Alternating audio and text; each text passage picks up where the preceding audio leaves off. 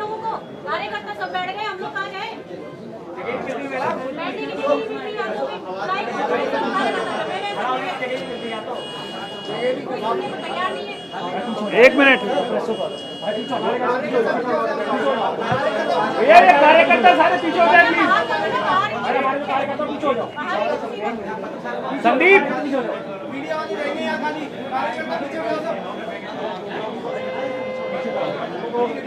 ठीक है, शुरू करते हैं। आम आदमी बस प्लीज थोड़ा सा शांत हो जाइए प्लीज, शुरू कर रहे हैं। आप भी देख ले यार, बाद में देख लेना, थोड़ा सा रुक जाते हैं। हाँ, शांत हो। आज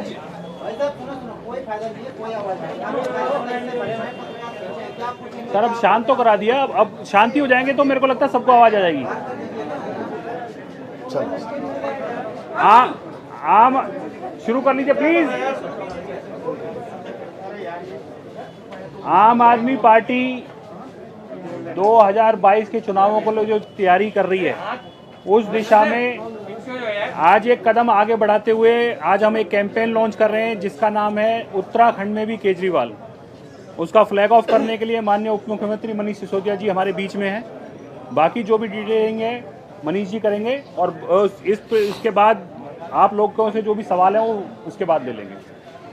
उत्तराखंड में अगले फरवरी में ही लगभग चुनाव होने हैं और मैं कह सकता हूं कि अब 1 साल रह गया है और उत्तराखंड में चुनाव की, विधानसभा चुनाव की आज से उल्टी गिनती शुरू हो गई है।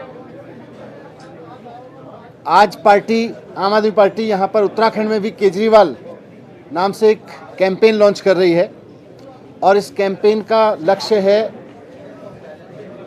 उत्तराखंड के गांव-गांव तक पहुंचना, जाके जनसंपर्क करना, परिवारों से संपर्क करना और सक्रिय सदस्यों की संख्या बढ़ाना। ये सबसे बड़ा जनसंपर्क अभियान रहेगा उत्तराखंड में आम आदमी पार्टी का। यहाँ पर 70 वीडियो वैन, यानी कि हर विधानसभा के लिए एक डेडिकेटेड वीडियो वैन यहाँ से अभी हम लोग रवाना करेंगे, उनको फ्लैग ऑफ करेंगे और इन 70 वीडियो वैन्स में 350 कार्यकर्ता, हर एक वैन में लगभग 5 कार्यकर्ता डेडिकेटेड कार्यकर्ता रहेंगे। लगभग 350 कार्यकर्ता अगले 45 दिन तक उत्तराखंड की हर एक विधानसभा में गांव-गांव तक जाएंगे, कस्बों में जाएंगे, सभाएं करेंगे और अरविंद केजरीवाल जी का मैसेज देंगे। उत्तराखंड में भी केजरीवाल कैंपेन के तहत अरविंद केजरीवाल जी का मैसेज देंगे कि किस तरह से कांग्रेस और भारतीय जनता पार्टी ने पिछले 20 साल में उत्तराखंड के लोगों के सपनों को तोड़ा है, यहाँ के संसाधनों को लूटा है, यहाँ के लोगों को यहाँ से पलायन करने पर, बेरोजगारी की परिस्थिति में पलायन करने पर मजबूर किया है। और ये भी संदेश देंगे कि किस तरह से केवल 5 साल 6 साल के अवसर मिलने पर अरविंद केजरीवाल जी ने दिल्ली में बदलाव किए, वहाँ के स्कूलों से लेके, अस्पतालों से लेके, बिजली पानी तक। उत्तराखंड में केजरीवाल कैंपेन का मतलब यही है कि उत्तराखंड में भी अच्छे स्कूल, उत्तराखंड में भी केजरीवाल का मतलब है उत्तराखंड में भी अच्छे मोहल्ला क्लिनिक, गांव-गांव में अच्छे सरकारी अस्पताल, यहाँ के संसाधनों का सदुपयोग, यहाँ के लिए रोजगार, यहाँ के लोगों के लिए ऐसी नीतियाँ बनाना ताकि यहाँ के लोग यहीं पे अच्छे जीवन व्यतीत कर सकें, समृद्धिपूर्वक जीवन व्यतीत कर सकें। ये मांग उत्तराखंड के कोने कोने से उठ रही है। पिछले 6 महीने में आम आदमी पार्टी ने काफ़ी सक्रियता बढ़ाई और पार्टी एक उम्मीद के रूप में उभर के आई है। इसकी वजह से करीब 10,000 कार्यकर्ता पिछले 6 महीने में आम आदमी पार्टी में सक्रिय रूप से जुड़कर काम कर रहे हैं अलग अलग क्षेत्रों में। और ये 10,000 कार्यकर्ता, जब ये 350 कार्यकर्ता हमारे वैन लेके जाएंगे, वीडियो वैन लेके जाएंगे, 70 वीडियो वैन, तो ये 10,000 कार्यकर्ता अपने अपने क्षेत्रों में वहाँ पे जनसभाएं कराएंगे और अगले 45 दिन में 6,500 जनसभाएं की जाएंगी। गांव-गांव में, मोहल्लों में 6,500 जनसभाएं करेंगे और 300, ये तो सब गांव में होंगी और इसके अलावा उत्तराखंड के 300 मार्केट्स में भी जनसभाएं होंगी। ये वैन्स जाएंगी वहाँ पर। इस तरह से एक बहुत बड़ा जनसंपर्क अभियान उत्तराखंड में केजरीवाल के नाम से शुरू होगा और एज ए रिजल्ट जो हम लोग टारगेट लेके चल रहे हैं इन सब का 6,500 जनसभाओं का अपने 10,000 कार्यकर्ता मिलके जो कराएंगे जगह जगह पर, कि अब इस 45 दिन के बाद हमारे सक्रिय कार्यकर्ताओं की संख्या जो एक्टिवली काम कर रहे हैं उनकी संख्या हम 1 लाख तक पहुंचाएंगे। तो 1 लाख सक्रिय कार्यकर्ता का लक्ष्य रखा है और 6,500 जनसभाओं के माध्यम से पूरे उत्तराखंड में गांव-गांव में उत्तराखंड में केजरीवाल कैंपेन को लॉन्च किया जाएगा। आप लोगों के अगर कोई सवाल हो तो वो लिख सकते हैं। 6 महीने में 10,000 कार्यकर्ता आपने जोड़े, जो आपने बताया सक्रिय है, अब 45 दिन में 1 लाख कैसे? विश्वास अंधविश्वास कैसे? इतना बड़ा जनसंपर्क अभियान, इतना बड़ा वीडियो वैन लेके अभी तक नहीं चले। हम लोगों ने दिल्ली में भी इसी तरह से चुनाव लड़ा था, हम गली गली घूमे थे, गांव गांव घूमे थे। यही अभियान अब हमारा काम था 10 लोगों को जोड़ना, 10 लोगों ने और 100 लोगों को जोड़ा, 100 लोग और जोड़ेंगे तो अब ये 10,000 कार्यकर्ता अगले 45 दिन में अगर 10-10 कार्यकर्ता भी बनाएंगे अपनी सारी जनसभाओं से तो आराम से हम 45 दिन में 1 लाख 6 कार्यकर्ता। महीने से पहले क्या सक्रिय कार्यकर्ताओं की संख्या थी आपकी 6 महीने से पहले? 6 महीने से पहले तो गिना नहीं था जी, बहुत थोड़ा बहुत आइडिया है? 70 विधानसभा में आपने गाड़ी वैन के तहत प्रचार प्रसार करेगी, तो क्या 70 चेहरे अब तक मिल पाए आपको अभी तक? मिल गए हैं और भी मिलेंगे, अभी तो और लोग जुड़ते जा रहे हैं, इसीलिए मैंने कहा 1 साल के अंदर अभी पूरी तैयारी है। कांग्रेस बीजेपी लगातार कह रही है कि आम आदमी पार्टी के पास 70 चेहरे भी नहीं है और 70 विधानसभा चुनाव लड़ने का ऐलान करा है। किस तरह इसको देख रहे हैं, क्योंकि लगातार बीजेपी कांग्रेस आपको हल्के में ले रही है? तो कांग्रेस बीजेपी को तो खुश होना चाहिए, अगर हमारे पास 70 चेहरे नहीं हुए टेंशन क्या है उनको? नहीं, उनको उनके लिए तो आसान है, फिर तो वो क्यों घबरा रहे हैं? मनीष जी, मेरे 2 सवाल हैं।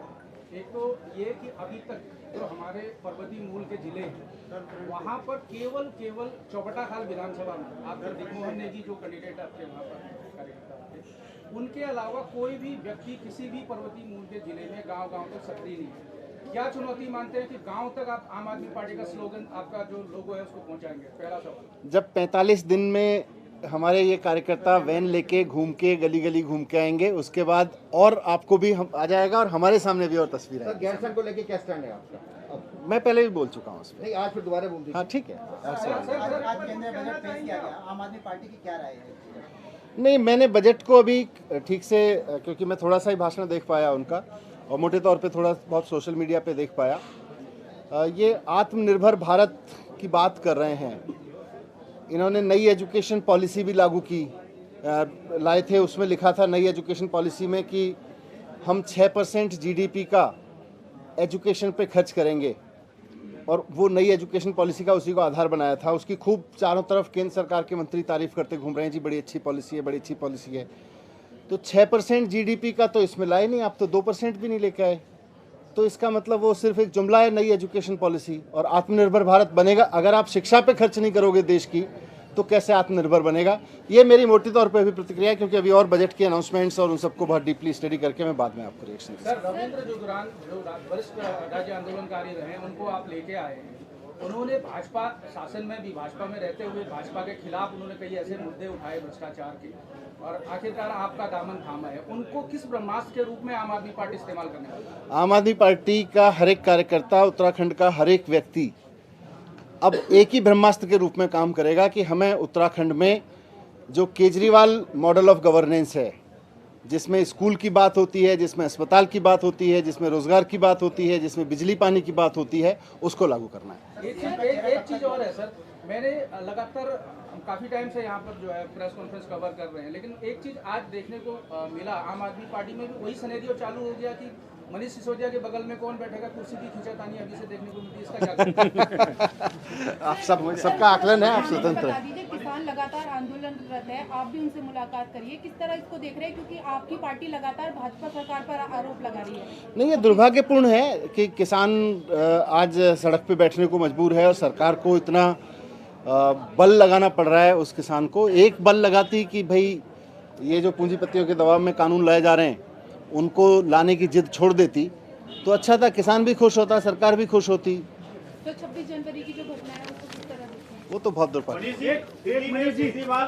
जी 2013 में उत्तराखंड आए थे, उस समय लोकायुक्त का जो बिल था खंडूरी जी के टाइम में आपने भी उस पर मोहर लगाई थी, लेकिन आज 4 साल बाद भी उत्तराखंड में लोकायुक्त जो है वो लागू नहीं हो पाए, आप फिर दोबारा उत्तराखंड आ रहे हैं। क्या कुछ कहना है आपका इस बारे में? तो आप ही देख रहे आप हैं, आए थे 2013 में जी। आप भी देख रहे हैं कि कितना भ्रष्टाचार हो रहा है, तो फिर जो लोग भ्रष्टाचार कर रहे हैं वो लोकायुक्त कैसे लागू करेंगे? मनीष जी, धन्यवाद। दिल्ली में केजरीवाल के सरकार के सिंहासन पर है, क्या उत्तराखंड में मनीष सिसोदिया सिंहासन के नजर है? नहीं नहीं, मैं दिल्ली का शिक्षा मंत्री अच्छा हूँ जी, मैं मैंने बोल दी पूरे हो जाए तो आप